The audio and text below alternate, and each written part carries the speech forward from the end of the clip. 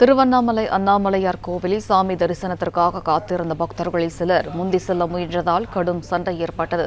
இது தொடர்பான கூடுதல் விவரங்களை தருகிறார் செய்தியாளர் மணிகண்டன். வணக்கம். விவரங்கள் என்ன மணி?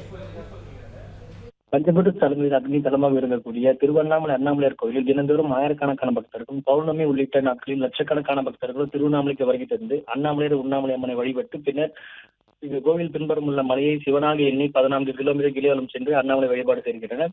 கடந்த சில மாதங்களாக திருவண்ணாமலை, ஆந்திரா, கர்நாடகா, தெலுங்கானா உள்ளிட்ட பல்வேறு வெளி மாநில பக்தர்கள் திரைப்பரப்பர்கள் அதிக அளவில் திருவண்ணாமலைக்கு வந்து சாமி தரிசனம் செய்கின்றனர்.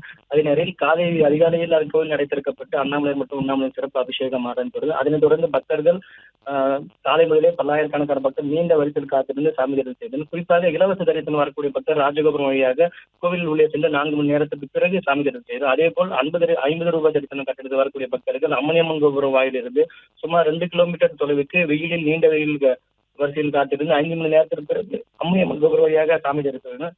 இந்நிலையில் வெயிலில் இருக்கக்கூடிய பக்தர்கள் நேர்கொடை இருக்கும் இடத்திற்கு செல்ல முற்பட்டால் ஏற்கனவே நேர்கொடையில் இருந்த பக்தர்களிடையே வாக்குவாதம் ஏற்பட்டு கைகலப்பாக மாறி கடுமையாக தாக்கிக் கொண்ட காட்சிகள் தான் நம்ம பார்த்துக் கொண்டிருக்கிறோம். இதில் ஒருவருக்கு மண்டை உடனே பெரிய பலத்த காயமடைந்தது. இதனால் அம்மணியம்மன் கோபுரம் வாயில் முன்பாக நேரம் பரபரப்பு காணப்பட்ட நிலையில தொடர்ந்து இதேபோல் சம்பவம் தொடர்ந்து 3வது நாளாக நடைபெறுவது குறிப்பிடத்தக்கது.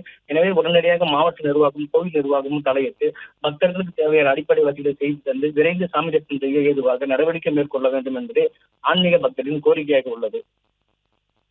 விவரங்களுக்கு நன்றி மணிகண்டன். பிளே ஸ்டோர் மற்றும் ஆப் ஸ்டோரில் இருந்து பாலிமர் செயலியை QR கோடு மூலம் பதிவிறக்கம் செய்யுங்கள். செய்திகளை உடனுக்குடன் பெறுங்கள்.